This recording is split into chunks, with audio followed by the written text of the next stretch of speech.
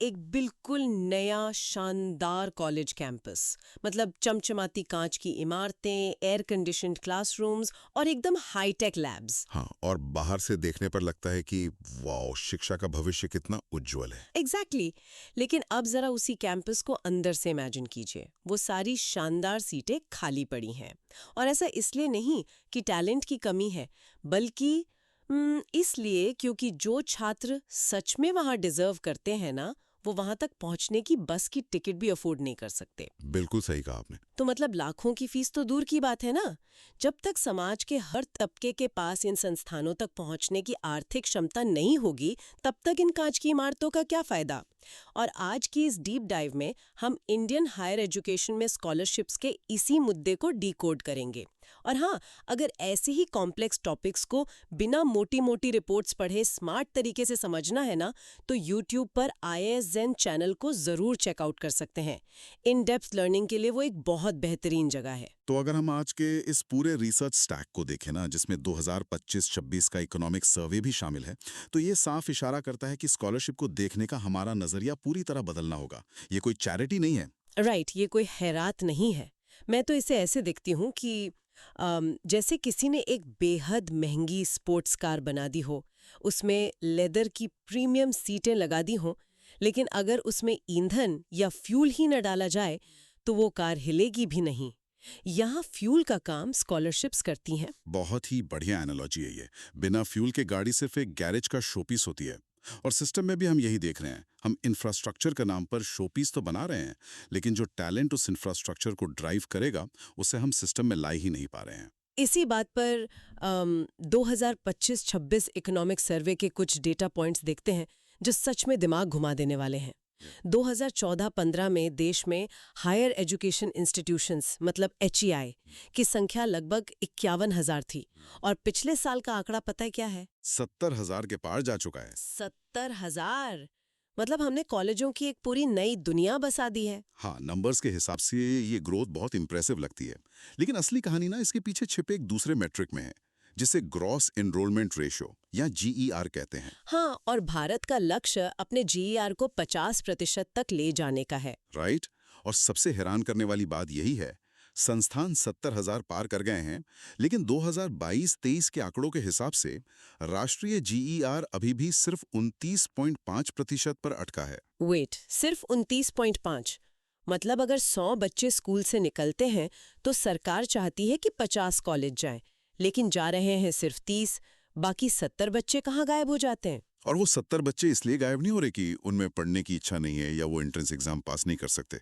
अगर आप इसे बड़े कॉन्टेक्स्ट में देखें, तो हमारा देश 3 चुनौतियों से जूझ रहा है: एक्सेस, अफोर्डेबिलिटी और क्वालिटी। हाँ, पॉलिसी फोकस तो हमेशा एक्सेस पर ही रहा है ना, कि हर शहर में एक कॉलेज खोल दो। एग्जैक्टली।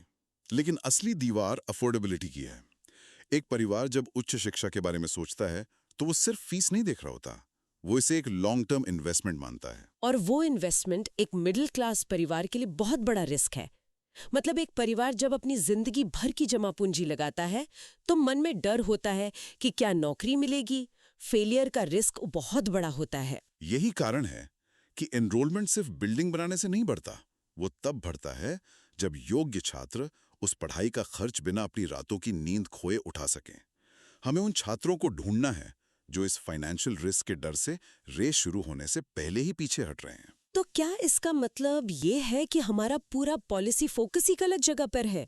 मतलब हम रोज नए कैंपस के उद्घाटन का जश्न मनाते हैं, पर असली प्रॉब्लम तो लोगों की जेब और उनके भविष्य का डर है। देखिए, फोकस पूरी तरह गलत नहीं है, पर अधूरा जरूर है। इंफ्रास्ट्रक्चर जरूरी है, पर एक छात्र को मेंटल स्पेस चाहिए जहां वो बिना फीस की चिंता किए पढ़ाई कर सके। स्कॉलरशिप्स का असली काम यही है, वो इसी रिस्क फैक्टर को कम करती हैं। समझ रही हूँ।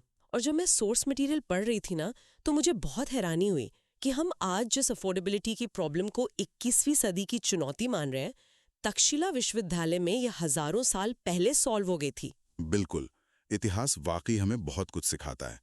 तक्षशिला में फीस चुकाने का कोई एक सख्त नियम नहीं था, बल्कि छात्रों की आर्थिक स्थिति के हिसाब से 5 अलग-अलग फ्लेक्सिबल तरीके थे। हाँ, मैंने देखा। पहला तो सिंपल एडवांस पेमेंट था, लेकिन जो दूसरा तरीका था, शिक्षकों के साथ काम करना और सीखना, मतलब दिन में पढ़ाई और खाली समय में यूनिवर्सिटी का काम।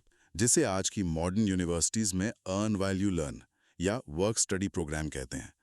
तक्षशिला में ये हजारों साल पहले से था।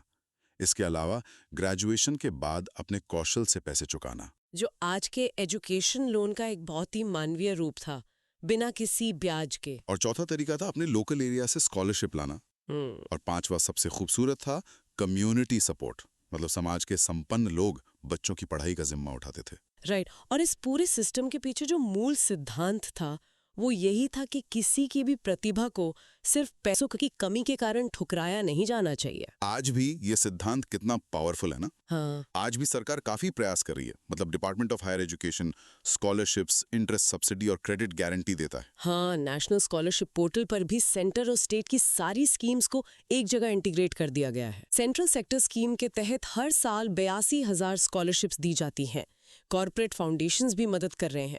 और वैसे इन सारी सरकारी स्कीम्स और इनके गहरे इम्पैक्ट को और भी अच्छे से समझने के लिए ISZen यूट्यूब चैनल पर बहुत ही डिटेल वीडियोस, नोट्स और बेहतरीन स्ट्रैटेजीज शेयर की जाती हैं।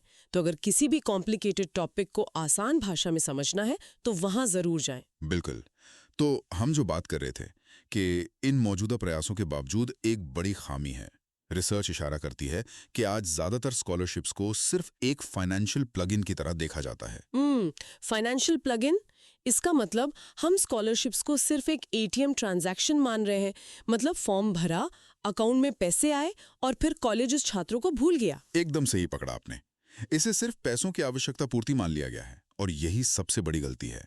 जब एक छात्र किसी छोटे गांव से निकलकर एक बड़े एलीट संस्थान में जाता है तो उसे सिर्फ फीस नहीं, एक मेंटोरशिप, नेटवर्किंग और इमोशनल सपोर्ट भी चाहिए होता है। ये तो वही बात हुई कि आपने किसी को बहुत बड़े कॉर्पोरेट इवेंट का महंगा टिकट तो दे दिया, पर जब वो अंदर उस भीड़ में गया तो उसे गाइड करने वाला कोई नहीं है। वो अलग थलग फील करता है। और इसी अकेलेपन की वजह से कई ब्राइट स्टूडेंट्स बीच में ही पढ़ाई छोड़ देते हैं। इसलिए रिसर्च कहती है कि अगर ये पुराना प्लग इन या सिर्फ चेक काट देने वाला मॉडल काम नहीं कर रहा तो हमें एक नए स्कॉलरशिप इकोसिस्टम की कल्पना करनी होगी। तो ये नया इकोसिस्टम कैसा होना चाहिए? मेरे ख्याल से सबसे पहले तो ये जो एनुअल रिन्यूअल, यानी हर साल स्कॉलरशिप रिन्यू कराने की जो टेंशन है वो खत्म होनी चाहिए।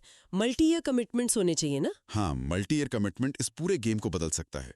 एक छात्र जो हर साल डरता है कि मार्क्स कम आए तो स्कॉलरशिप छिन जाएगी, वो एंग्जाइटी में इनोवेशन कैसे करेगा?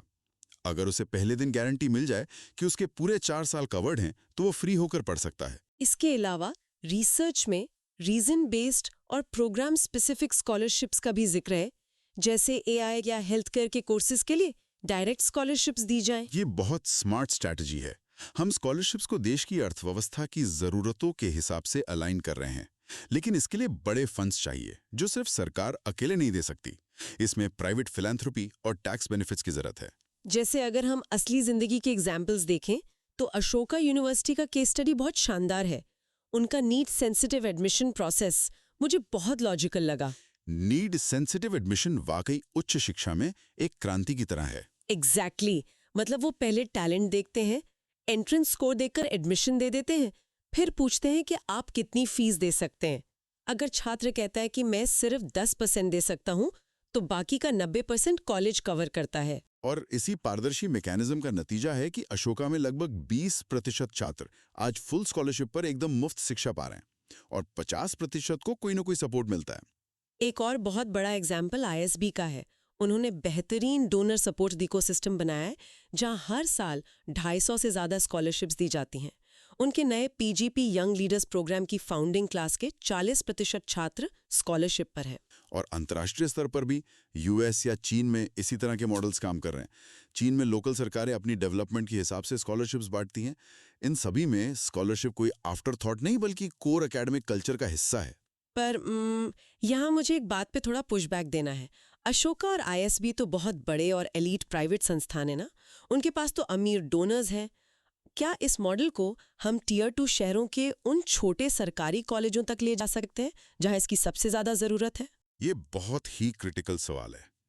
ये सच है कि Tier 2 कॉलेजों के पास बड़े डोनर्स नहीं होते, पर वहां लोकल कम्युनिटी और लोकल इंडस्ट्री को इन्वॉल्व किया जा सकता है। मतलब जैसे कोई लोकल आईटी कंपनी है तो वो स्पॉन्सर कर सकती है। बिल्कुल, वो इंडस्ट्री कह सकती है कि हम एआई पढ़ने वाले 10 होनहार छात्रों की फीस देंगे और बदले में हमें ट्रेन्ड मैन पावर मिलेगा। ये एक विन विन सिचुएशन है और सरकार प्राइवेट डोनर्स के फंड्स को मैच कर सकती है। वाओ, मतलब अगर समाज से 1 लाख रुपए आया तो सरकार भी 1 लाख मिला दे।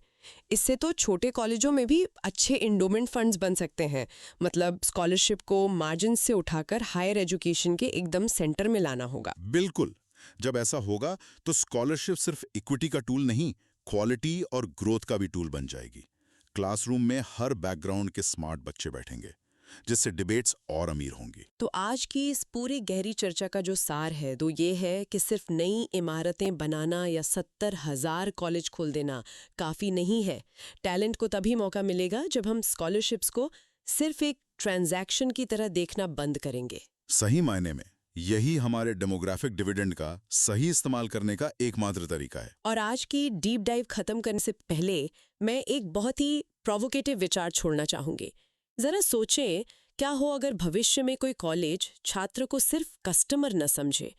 क्या हो अगर संस्थान खुद उस छात्र के टैलेंट पर एक इक्विटी इन्वेस्टर की तरह निवेश करे? ओह, मतलब जैसे शार्क टैंक में इन्वेस्टर्स स्टार्टअप्स पर पैसा लगाते हैं उनके पोटेंशियल पे भरोसा करके। एग्जैक्टली अगर स्कॉलरशिप सिर्फ एक मदद न रहकर समाज द्वारा छात्रों के भविष्य पर किया गया एक फुल इन्वेस्टमेंट बन जाए, तो सोचिए हमारी एजुकेशन पॉलिसी कितनी रेडिकली बदल जाएगी। ये वाकई एक ऐसा विषय है जिस पर हम सबको सोचना चाहिए। ये वाकई शिक्षा के अर्थशास्त्र को पूरी तरह से पलट देने वाला नजरिया है। अगर हम ये सोच अपना लें तो कोई टैलेंट बर्बाद नहीं होगा। तो इसी भारी लेकिन जरूरी विचार के साथ आज की इस डीप डाइव को यहीं रोकते हैं। जाते जाते बस इतना याद दिला दूं कि अगर ऐसे ही स्मार्ट, एनालिटिकल और इन डेप्थ कंटेंट से जुड़े रहना है तो YouTube पर IIS Zen चैनल को एक्सप्लोर करना मत भूलिएगा। आज हमारे साथ जुड़ने के लिए बहुत बहुत धन्यवाद। अगली बार जब नई कॉलेज की इमारत देखें तो सोचिएगा कि क्या उसमें टैलेंट को रफ्तार देने वाला ईंधन है या नहीं।